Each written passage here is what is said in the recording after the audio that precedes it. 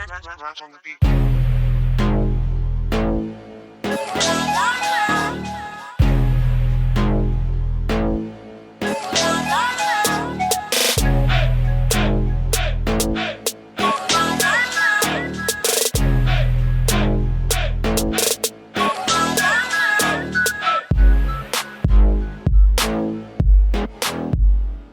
Good afternoon.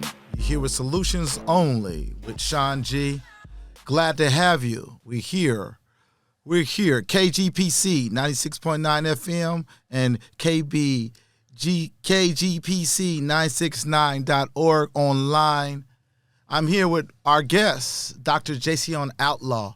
Our show today is on mental health with a focus on mental health in the African American community. I'd like to welcome you, Dr. Outlaw. Can you tell us a little bit about your background and how you got into the mental health field? Shawn, I appreciate you having me here today. And certainly I want to just state that you are a pioneer in the community. You got your hands in a lot of different things, and certainly it's a pleasure to be here today speaking with you about mental health.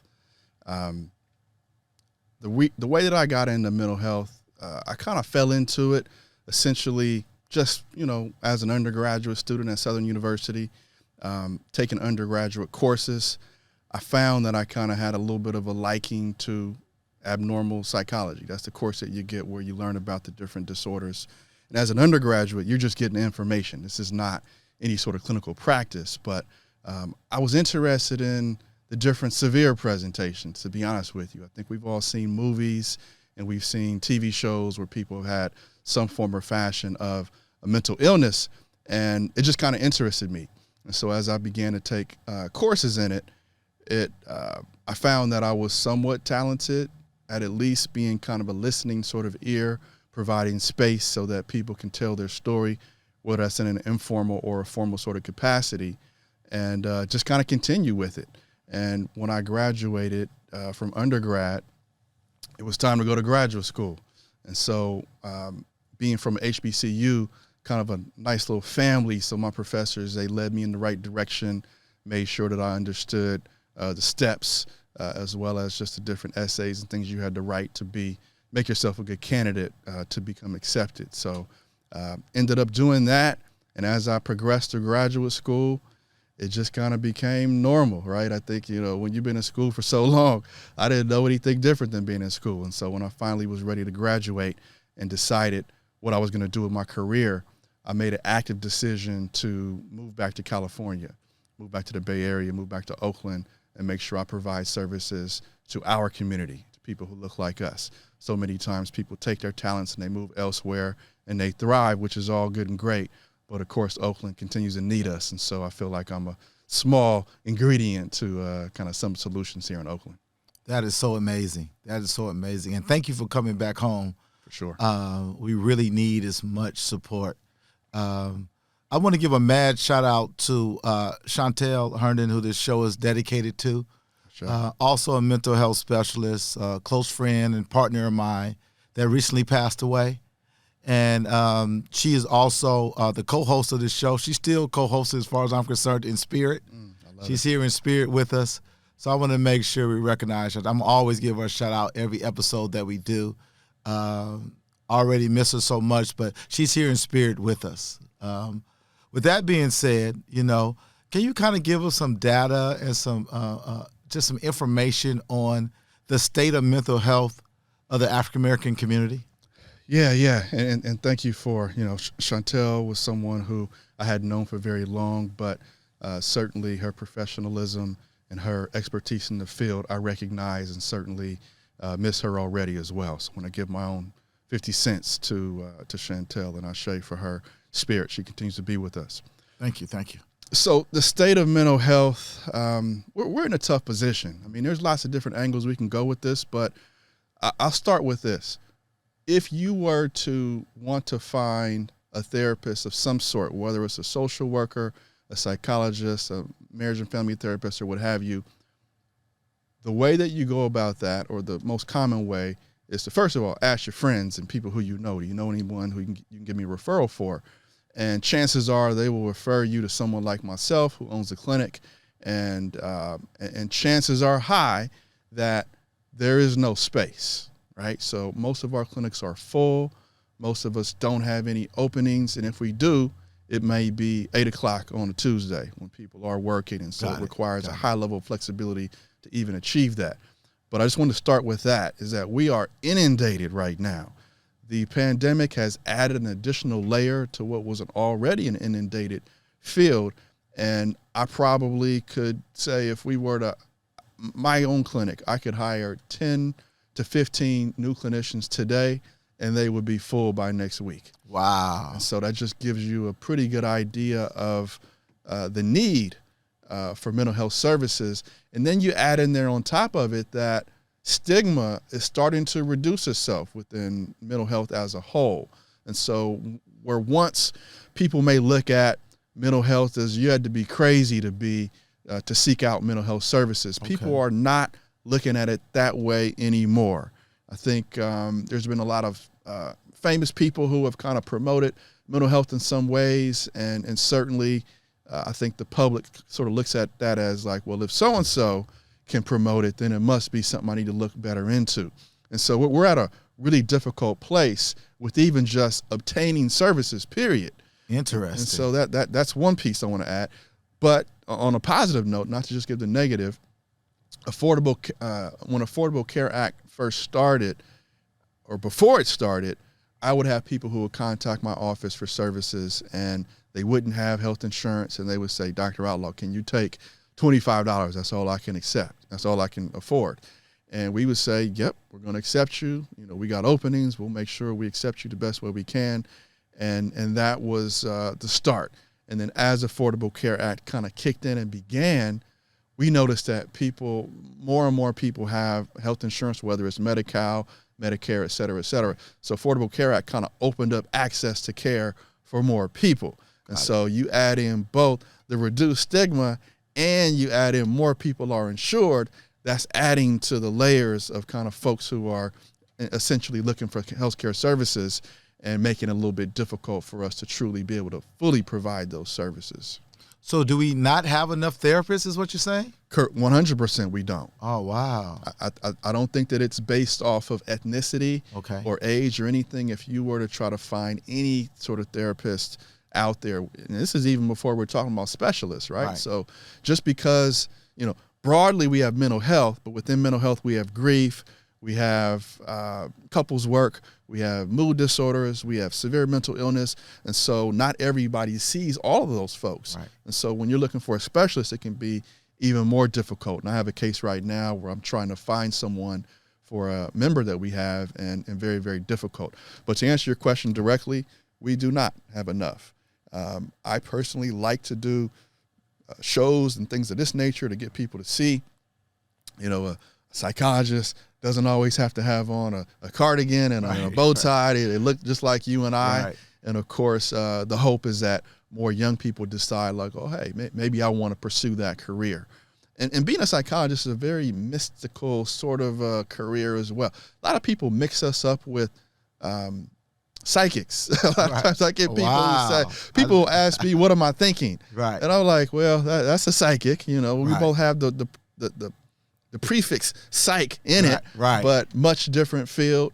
But yes, I think whatever we can do, both at the local level, state level, and national level, to increase the number of therapists providing services is hugely important. Because what would you think if you were looking for a therapist and you called 5-6 different places, left messages, and the end result is you got one call back, and the call back was, unfortunately, we're full. You may not even pursue it further. Discouraged. You're completely discouraged. And even if you do find someone, now you got to kind of pair up times and days you're available, et cetera, et cetera. So we are in a state of affairs right now where we certainly need a lot more clinicians, more people being trained, and there's work being done. I don't mean to make this seem to be like we're completely in a bad position, but there are programs out there that are seeking to attract more people of color and more clinicians at the middle school age. So I've been working with Mr. Fab with Thug Therapy, and Chantel developed Fly Girl Therapy. Both group sessions. Fab's Thug Therapy is focused on black men. Yep. And Chantel's Fly Girl Therapy, which is connected to Thug Therapy, is connected to black women. Yep. And it's really bringing together, just in a very light way, just to talk about the need for mental health in our community. And they're both doing powerful work. In your opinion, has the mental health issues increased in terms of being addressed by African Americans in recent? You kind of said it, that it's getting a little more acceptable.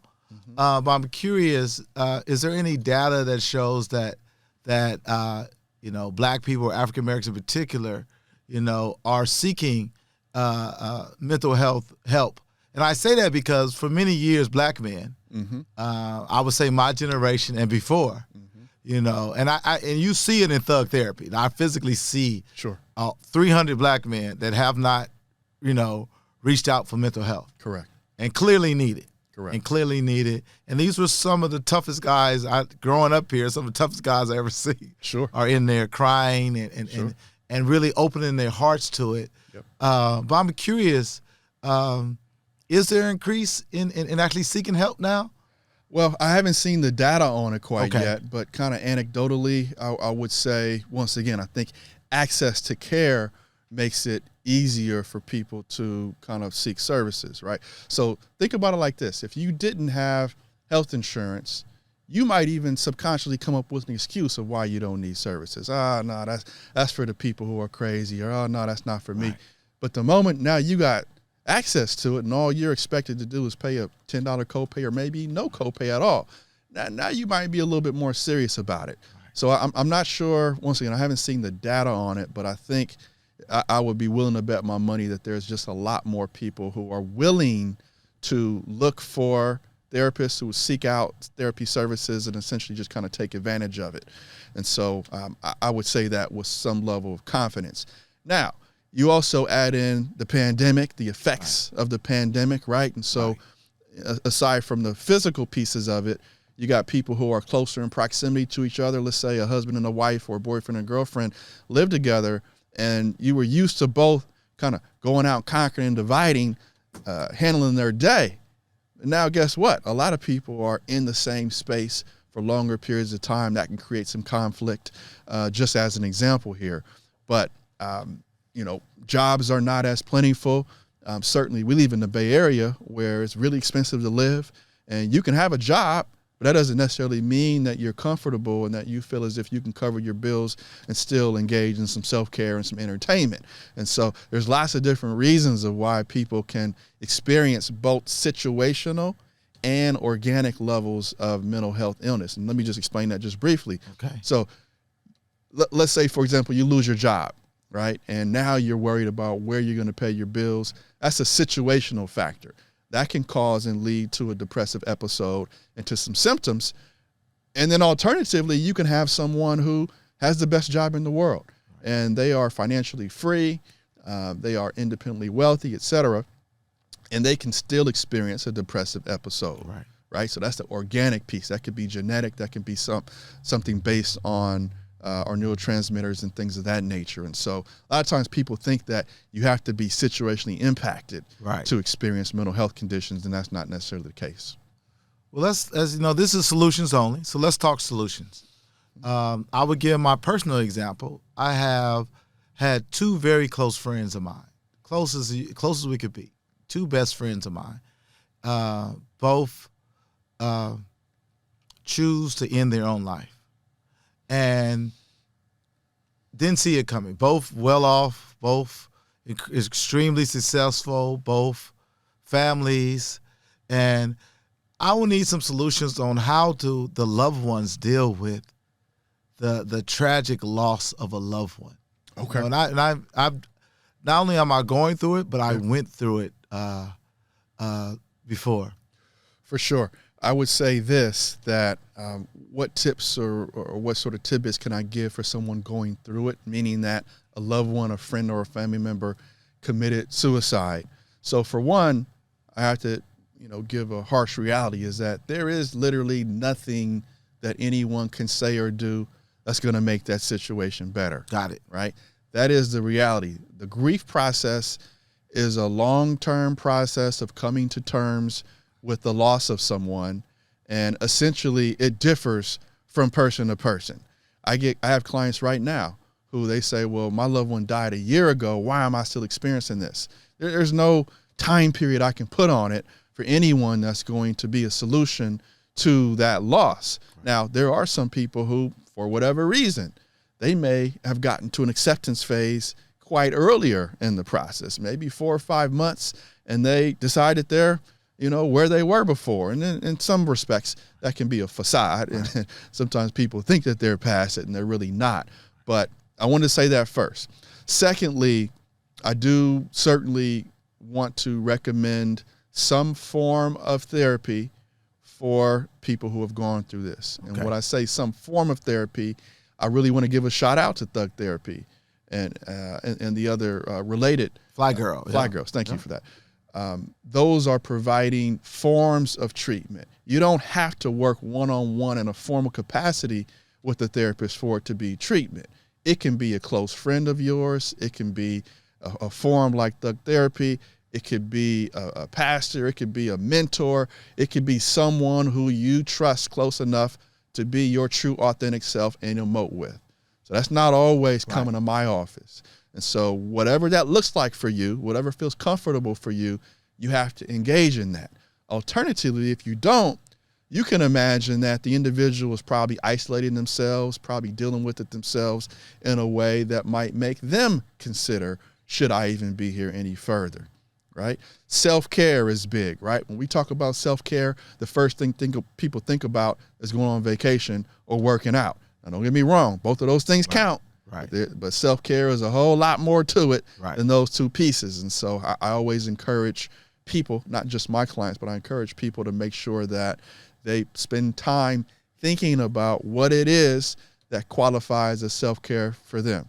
Shawn, you know me pretty well. I'm a golfer, right? I grew up off Golf Links Road. That's the only reason why I play golf. Right. If it was a swimming pool over there, I'd probably be swimming right now. But nonetheless, so just kind of looking back on my childhood, playing golf and being out there in the elements, that's therapeutic for me. I like to hit that golf ball. I'm a competitive person, and that works. But everybody's different, so we got to figure out kind of what counts as self-care for us all. Deep. Remember, you're watching KGBC 96.9 FM and KGPC969.org. We're at the top of the hour. We're continuing on with Solutions Only with Dr. Jaseon. I got it right now.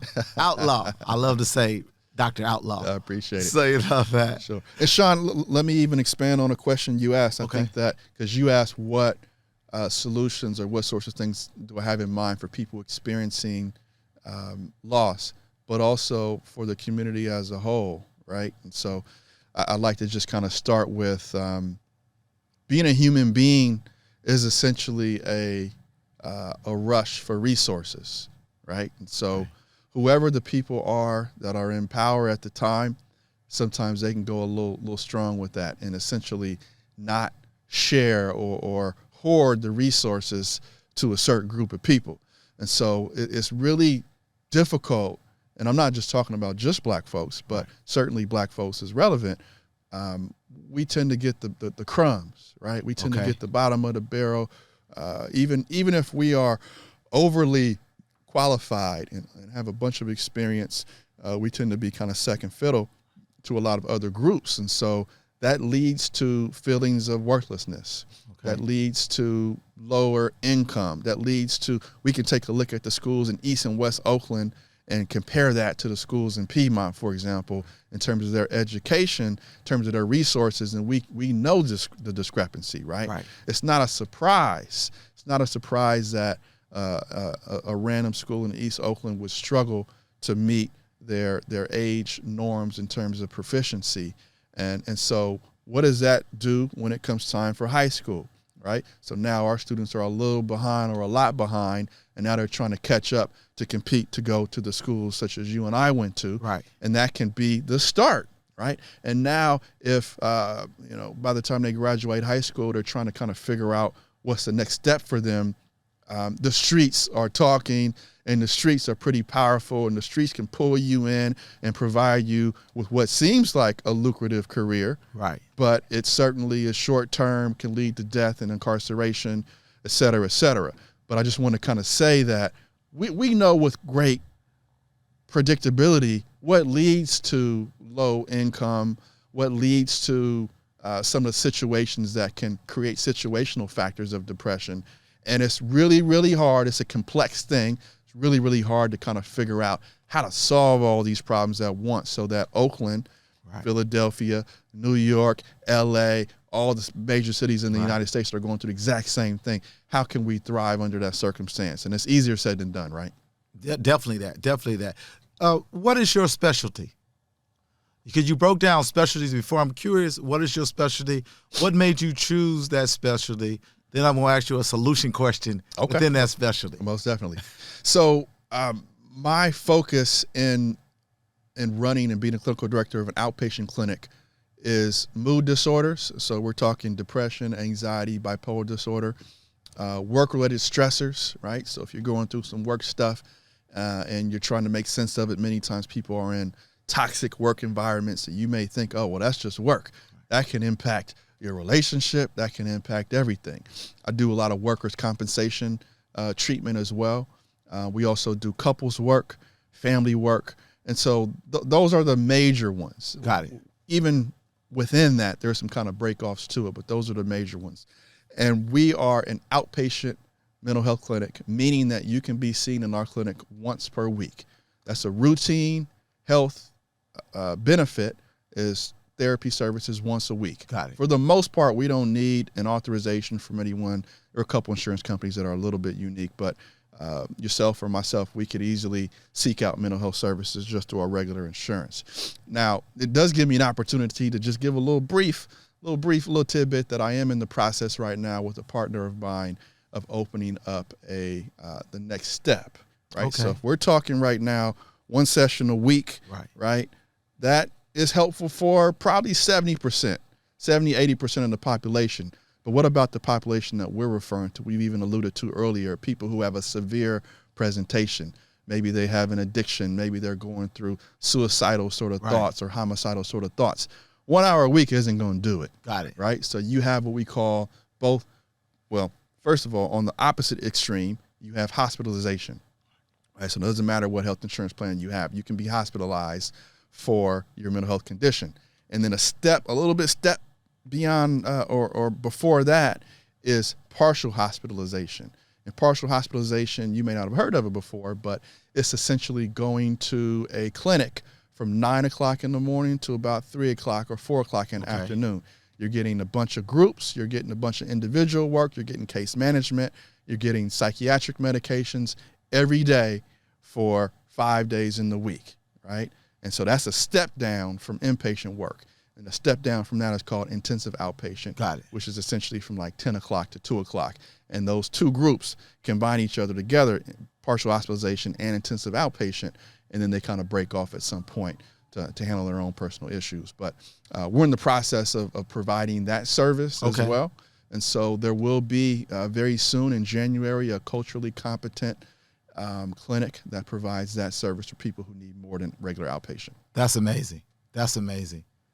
Looking at Oakland, I was told the other day that in many of our encampments that we find, there's a serious mental health aspect to that. There's some addiction, some other issues going on. Mm-hmm. In your head, what could be a solution with dealing with the mental illness that we find in the various encampments around the area? And this is probably a national question, but let's use Oakland as our example.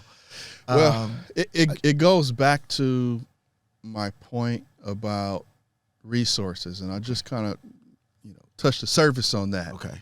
But resources are huge, right? And so if you're looking at the groups of people who are quote unquote in power in Oakland or in California, they want to retain that power, right? And in some ways they are relentless in obtaining that power, and they can almost sometimes kind of could not care less who doesn't benefit in that. Right. And so we're at a place where you have a small percentage of people who are in power and the rest of folks, people of color mainly, are trying to grasp some power to be able to represent themselves in some ways. Even just a quick little side note, I read an article recently that said that if the former president were to get back in power, he is going to attempt to get rid of Affordable Care Act, right? Wow. And so Affordable Care Act is a policy to get insurance benefits for the underrepresented, right, and so forth and so on. And so we're dealing with that type of a power struggle, right, where the people in power, they're interested in using that money for rich people stuff. And we, people of color, are trying to just live off of it. So we first have to address that. And so it really requires strong representation at the political level, both at the city, state, and federal sort of level, that are advocating for things that are relevant to us. So once again, if we don't have affordable housing, right, if we don't have adequate health care, if we don't have adequate education, a lot of the problems in Oakland continue, they persist, and they get even worse, right? Especially, and let me throw this out there. I think in some ways, sometimes if I don't have the data to support it, I will call myself a conspiracy theorist, because if I don't have the data to support it. But I do think that there are some powers that are out there that want to see Oakland burn to the ground. That's metaphorically speaking. All right. I'm not saying physically burn, but they want to see Oakland burn to the ground so that they can come in and take over. Let's get deep. And essentially bring back a demographic to Oakland that was once here. And so if we're fighting against that power, with money, guess how hard it is to resolve some of the problems within Oakland and the major cities that we mentioned. So I just want to that's my personal opinion, right? Once again, I haven't seen a lot of data support it, but if we even take the situation in San Francisco a few weeks ago, the APEC conference, where they had a bunch of people here, dignitaries from around the world, they were able to figure out a way to hide the homeless people. Right. They figured out a way. I don't think there was one bipping job that took place in San Francisco for 2 weeks. Wow. And so if a solution can be provided in the short term, why is that not daily? Right. And so I'll leave our listeners to deduce what they think might be at play there. Well, let's take it a step further. In a theoretical world, not dealing with the powers and stuff, give me a solution to deal with the mental illness issues within our encampment population. If we didn't have to deal with the powers that be, if budgetary wasn't an issue, if resources wasn't an issue, manpower wasn't an issue, how could we deal with the mental health issues inside these encampments? Sure. So the first step is we have to make sure that those people have access to care. Got it. Right? And so whether that means them signing up for Medicare, and don't get me wrong, there's a lot of people in those encampments who have full-time jobs. Right. Yeah. I agree. Right? And so if they have a full-time job but they can't afford to house themselves and so forth, that doesn't mean that they don't have health insurance. Right. And so, but first things first, I would say to get people insured. Secondly, I think that if we were to have a mobile mental health and regular sort of health, a van of some sort to provide services to people in their own sub-communities, that goes a long way as well. We can't expect them to travel and transport themselves to X or Y clinic. Right. You know, if we can meet them where they are and provide them with some services, I think that goes a long way too. Secondly, this is not a surprise, but you got to provide people with adequate jobs, right? And so it always interests me when the jobs report comes out and they say, oh, we added 1.2 million jobs in this period. Right. And all right, how many of those jobs are paying minimum wage, and how many of those jobs are actually going to be enough for people to live? And I would argue that many of them are not adequate, especially when you're talking expensive places like California. So if we were to somehow figure out a way to provide health care and to provide jobs, I think those two pieces alone, we're going to see ourselves in a much better place. That's not going to solve all of our problems, but we're going to be in a much better place than we currently are. Unfortunately, right now we don't have those pieces, and these people are forced in many ways to rely on drugs and alcohol and short-term solutions to their traumas, to their mental health issues, and they're just living day by day, right? So you add those two pieces in, and I think, unfortunately, we in Oakland, we've lost the Raiders, we've lost the Warriors, and we've also are soon to lose the Oakland A's. I don't know how many jobs are lost along the lines of that, but if you can think back to when we went to Raiders games and how many people who look like you and I were working at concession stands, working security, et cetera, those jobs are gone. They're right? gone. And so what are we going to do to replace them? And if we don't replace them, how can we expect people's mental health to be normal or be in an adequate sort of position? These are all very much tied into each other. I'm not sure I've ever really talked openly about kind of my thoughts about kind of what contributes. And of course, I am talking situational factors. There are people in homeless encampments who have severe mental illness, and no matter of a job, et cetera, is going to solve that. And so those people we have to be honest about. But all in all, I do think there are some tangible solutions, Shawn, and it requires a good amount of money. It requires a good amount of people resources, human resources to deliver these services. And I want to add just one little piece in there that I think would be very helpful as well. I think if we were to provide some cleanup, right, some cleaning up of the homeless encampments, meaning they all have garbage and trash as well. You and I, when we have trash, we put our bins out the day that the trash man comes, and we feel decent about ourselves. But imagine you had even 1 month where your trash didn't get taken out, and you smell it and you experience it. That has an impact on your mental health alone. It does. And we've all seen some of these homeless encampments, and we expect them to thrive under that community is not realistic. Oh, well, first of all, let me give it a shout out. You're listening to KGPC 96.9 FM and KGPC969.org online. And, of course, you can catch us on Hip Hop TV. Now, what can we do? And I'm looking for another solution. We have our junior college system. We have our state system. We have even maybe some secondary schools. How? Because I know a lot of therapists, I know a lot of psychiatrists, etc., and it's not a bad living.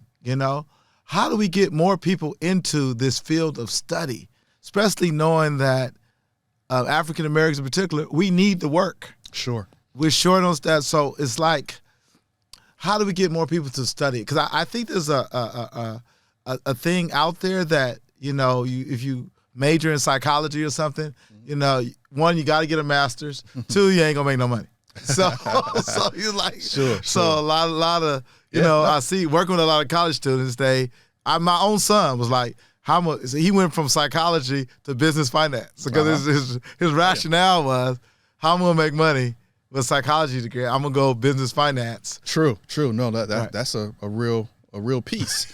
And if you really look at the fields that make money and have lucrative sort of careers, it is in business, it's in tech, and healthcare as a whole. Healthcare as a whole, but certainly at the undergraduate level of psychology, you're far from that. And so we got to be honest about that. Now, your question was, how can we get more people involved? Yes. First of all, I'll say this. I think that we should broaden that, and people can get involved in therapy and psychology, but they can also get involved in dentistry, right? I have a friend, a really close friend, who is from Potrero Hill in San Francisco, tough part of San Francisco. She's a dentist. There's people who can become regular physicians, physician assistants, chiropractors. The healthcare field is very broad. And I think a lot of times when we say so-and-so is a doctor, we automatically think medical physician. And that's in our grasp as well. Right. If you remember, we had the Cosby Show when we were little. Yeah. We saw Dr. Huxtable. And we did, I think, seeing people in these careers that you can identify with makes it a little bit easier for you to say, oh, that's something that I can do. If it's so distant and no one, it's really tough. But ultimately, to go even deeper into your question, I've had this idea myself of throwing some career fairs where you target high schools and you pretty much bring people from different fields and they're just going to talk about what they do. It's almost like a career day in a way, but a targeted sort of career day. So if we were to go to any school in East Oakland, West Oakland, and we were to talk about, if I were to talk about myself being a psychologist, that's going to feel so far from them that they might as well not even listen. So we got to break that down to the level that they're at, high school, middle school, or what have you. What steps do they need to take? What can they look forward to when it comes to actually making money? And is this something that they want to pursue at a starting salary of $87,000 as opposed $87,000 as opposed to some other career where you can make a lot more? And so I think that that's a bit of a solution. Okay. I think organizations such as yours that are doing great work in the community can somehow provide some scholarships to young people, right? Even if it's a couple $1,000s or what have you. We need to do some active things in the community to attract young people to these types of careers. And once again, we're talking healthcare here, but there's nothing wrong with people going to a trades program. Right. You know, I have a member who checked in with me today. He is a sheet metal worker. Okay. And I can guarantee you he's making some good money. Right. So society may tell you that everybody needs to go to college, but there's carpentry, there's sheet workers, there's there's all sorts of construction workers. The list goes on, right? The list goes on and on of folks who don't necessarily need to pursue the traditional sort of post-secondary education, but can still make a really good living for themselves. And let's be honest about that too. Just like firefighters and police officers, you got people trying to hold on to that power, right? It's like they want to get their people in, right? And it can, you may have some obstacles to get to that other side, right? And so if we don't have people kind of taking our young people by the hand to show them, hey, this is who you talk to, they may find themselves victim to not getting over that initial hump. I say that because, when I'm at Thug Therapy, for instance, I went to the men's wellness event last Tuesday too. There's an opportunity. I think there's a career opportunity for many of the brothers, and even with Fly Girl, where Chantel started with Fly Girl, there's a lot of potential therapists there because they're giving therapy. Like in Thug Therapy, those brothers that did 30 years, it's a bunch of them in there that did long periods of prison time. They're giving advice to young brothers. I don't even think they realize that is a career opportunity. That what they're doing is a therapist. 100%. 100%. And I'm the first person that will tell you that your barber is probably a therapist. I haven't been to a barber in a long time to see, but your hairstylist is a therapist. There's all sorts of people out there who provide some form or fashion of therapy. It may not look exactly the same, but if you can emote and you can share how you feel about your experience, in my opinion, that's a form of therapy. So 100%. And by the way, there's a couple initiatives being kind of they're brewing right now. Okay. Where some peer support specialists we're able to provide some information to the community, to our brothers and sisters and so forth in the broad area of mental health. And you don't have to have a doctorate degree in psychology to pursue it. So I don't know enough about it to be dangerous quite yet, but I will say that when you hear the term peer specialist, that's more of a paraprofessional, someone who may not have done post-secondary education, but they can still provide some services that can be helpful. And so there's all sorts of opportunities out there. We just got to know what they are. Organizations such as mine have to be knowledgeable to pursue it and to be able to recruit people to be able to do that as well. But in short, I also want to say that it's never too late. Yeah. A lot of times people think like, going back to school that's going to take too long. And there's scholarship money out there, there's grant money out there, and people could potentially do it the formal way too if they so wish to do so. I think of solutions. So one of the things I find, I've been speaking at a lot of colleges and stuff, and when I speak at Peralta colleges, the kids aren't there the way they used to be. So I think about when I went to Merritt, I took some classes at Laney. Those two in particular, used to be thousands of students. It used to be like elbow to elbow, and that's what I was thinking about. If we could figure out a way to get this returning population, because a lot of them don't have a lot of job options, but they've been through so much. I think they were trained in how to be therapists, they have a whole clientele that can help. Sure. Chantel was the therapist to a group called Returning Citizens. And she provided monthly therapy to men and women that have returned to prison, but also their mates and their kids. Wow. Because people don't realize, when someone's been gone for 20 plus years or whatever, it pays a huge toll on the family. For sure. The kids grow up without their father or mother. The mate, all the traumatic experiences that men and women, don't talk about that happen in prison, comes out when they get back to more of a normal relationship. Sure. All those things are so much to deal with. And in that, I can see they were giving each other advice too. So to me, you have a whole group of incredible therapists that I don't even think they know they have an option to be a therapist, because they may think, I don't know, a record is gonna mess them up. I don't know what the background checks and stuff are, but it's a huge group that can really inner help.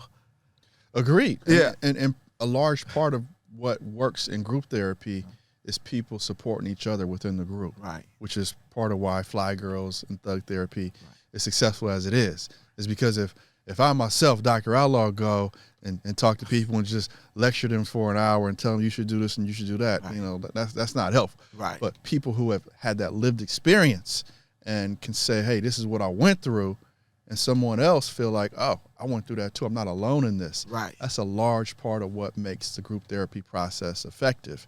And so you're completely right that a lot of people have that talent, don't understand that they have that talent, could cultivate it at a formal level or the paraprofessional level and really do some good in the community. And so, I guess I'm kind of planting that seed out there for us both. I'm gonna recruit you on this one, because I going to those therapy sessions, I see all the potential. Oh, for sure. And there's a guy called Frank the Bank. And if you know Frank the Bank, he went to Fremont High School with Too Short and Little D and everybody. He gives the greatest advice, but he's known for, he was like a big pimp in high school. And, his prostitutes would go do his homework for him. And so he was just known for these crazy stories and stuff. But he gives the greatest advice. A guy in the therapy was saying that in his thug life, he would beat his woman. But now that he's out of prison, a good man, trying to support his family, going to work, his woman treats him like a chump. Interesting. It treats him like a chump. He's like, I'm doing the right things now. When I was out there being grimy, I got respect in my house. Well, now that I'm doing the right thing. So Frank was saying that, she remembers when you were beating her up. Sure. She ain't forgot about your grimy life. Oh, no, that's for sure. So I just want to get your insight. But he was giving therapy to a younger brother that had been through a lot, and was like, I'm doing the right things now, and I'm not getting the love I think I should get for doing the right things. And I got love when I was out there doing all the wrong things. Well, you sparked a couple of different thoughts in me, and my first thought is, if we're talking about working with inner city folks who have gone through the unimaginable, and you kind of alluded to it just a moment ago, right? The lifestyle of pimping, for example, or just a street life in general. You really do need people who know and understand that world to be able to get them in a place where their mental health is something that is showing some levels of improvement. And I would argue that most of the people who have gone through a graduate program have no idea what their world is like, right? And even me, I'm born and raised in Oakland, and I can remember, some of the things that I experienced as a young person. The first time I had ever seen someone killed, I was in the 7th grade at a party in North Oakland. Oh, wow! And someone got shot on the porch, and I was in the 7th grade. Wow! And I can remember, festival at the lake, running from gunshots, and laughing while running from gunshots. That's not normal, Shawn. I don't want to normalize that. That's not normal. What I'm saying is that we got desensitized from a young age in Oakland, and bullets and gunshots and people being killed was so a part of the culture that we grew up in that we didn't see this as something that was abnormal. And so now you're talking these people who have remained in that lifestyle, went to prison, gotten themselves out of prison. Now, how do you make a quote unquote sort of normal life for them? How do you make sense of their experiences? How do you engage in introspection with that individual to the point where they are now a contributing member of society? I would argue that people who have come from that world are probably the better people to work with those individuals on a peer support sort of level. And so I'm in 100% agreement with you that the thug therapy thing, and I've been to 3 of them myself, there's a lot of potential there. There's a lot of potential and there's a lot of different directions that one can go with it. And it just depends on the organizers and you and yourself as well, kind of what direction you all want to take it. Well, I just, as we get towards the end of our podcast, I just thought of something just now, and I'm off our question list and everything. But, I work in hip-hop, I work in music, and I've been doing it for a long time. All my adult life, I started in high school, in fact. So I've been working in hip-hop and music for a long time. And I'm curious to your thoughts on how much does the music and lyrics play on the minds of our young people. And I'll give an example. Future's song, and Future admitted he doesn't use drugs, but he has a song, and these are from the engineers and the producers. So there's certain beat patterns that really work well with brain waves and stuff. They know this is a science. You go to school for an engineer, you learn the science of all this stuff. Mm-hmm. So he has a song, Molly Percocet. So he's repeating, Molly Percocet, Molly Percocet.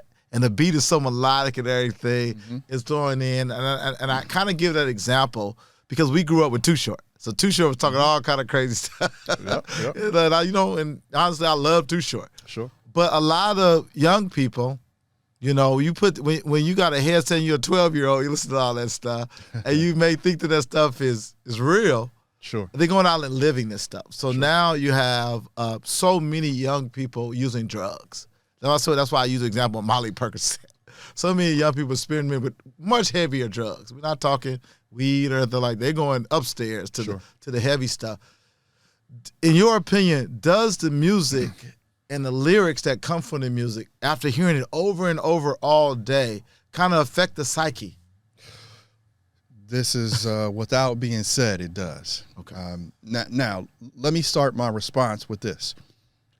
I personally, I think that music should appeal to all emotions, right? Even when you think of NWA, F the Police, I'm sure our parents back then were like, what the heck are you listening to here? Right. But that was a method of communicating the displeasure of young people and our experience in California and LA of dealing with police who treat us differently than white counterparts. Right. And so I feel like that had a place. Now, did our parents understand it because of the profanity and so forth? Probably not. That had a place. Not the best example here, but even when you take some of the singers who have, I bust the cars out your window. Right. Bust the windows out I bust the windows out your car. Right. I'm a bad singer, but you get to see what I'm getting at. There's a place for that. And keep your daytime job. Understood. 100%. Okay. So females need to experience that emotion as well. I feel like right now we are so limited in terms of the music that is out there. Okay. It was that much more diverse in the 90s when hip hop was in its infancy, right? We had X-Clan, we had Cells of Mischief, Hieroglyphics, we had Tribe Called Quest. You had all these different genres of hip hop, and a lot of it had a kind of positive sort of piece to it, or it at least had a neutral component to it. Yes. It seems to be, and I'm not a 15-year-old who knows exactly what's out there, but it seems to be that the music is so limited and that they're getting so much of what you just described. The Molly Percocets is like 80% of the music. And so what impact does that have? It certainly will make you consider, well, maybe I should use some Molly Percocet. And if you really, really like that song, really, really like that artist, I want to get on that level, right? I want to see what that experience is like. And your peers are pushing you towards that, et cetera. So it is very important to understand that music entertainment as a whole has an impact on what we consider to be our next move in our behaviors, right? If you are exposed to folks who are doing positive things in the community, folks who are looking to improve the community, you might consider, well, dang, what am I going to do here? I might need to figure out my place in the community. And if you're dealing with people who are dealing drugs and have prostitutes, et cetera, you may decide that's what you want to do as well. So my thing is, how can we get to a place where we expand the genres within hip hop so that it's not just one thing being played on the radio? Now, if you were to, I talked about this in an article that I did not too long ago, trying to think, New World Media, I believe, is the media outlet. But nonetheless, my point is, if we find ourselves completely slaves to the music industry and who runs the music industry, right, we find ourselves following what they want. There's a YouTube video, I can't think of his last name, but Cohen, he's a big mogul. He was in Def Jam. Leon. All right, there you go. Exactly. Leor Cohen. There you go. And in that interview, what they asked him was, why is it that you promote drugs in music? And what his response was, well, I got to figure out how to feed my family. Right. That's what he said. They got to figure out how to feed my family. And then essentially, without me going into too much detail, they asked him talent or issues, right? Political sort of issues that have to deal with our community. And he said talent. So without me even going into too much detail about that, if we are relying on music moguls to determine what our young people listen to, then we are going to continue to be slaves to that and have to pick up the pieces. And people like myself are going to be working with young people. Right. That is so on point. I do remember that interview, and it drives me crazy. It drives me crazy. But you know, we're here. We're developing solutions only. KGPC, 96.9 FM is where we at, and I'm just so. You can still. I'm still taken back from the Chantel situation. I just want to let everybody know just how important she was in my life and in so many people. I've gotten 300-400 calls and texts in support and people wanting to help with everything. So she inspired so many people. This show is dedicated to her. She actually put together this show. This is her creation. Wow. And I'm gonna make sure we take it to the next level. Thank you, Dr. Felicia, and your whole team for allowing us to produce. Dr. Outlaw, really appreciate. Yes, sir. You inspire me. We go way back. Elementary school. I remember you was a little cat. You little cat, you know, running around. You know, I was kicking it with your sister. So, you know, your little cat. But the key is, this is about developing solutions. This is solution only. Episode number 1. And we're so looking forward to building something powerful. Thank you. Peace, love, and hip hop. We're out.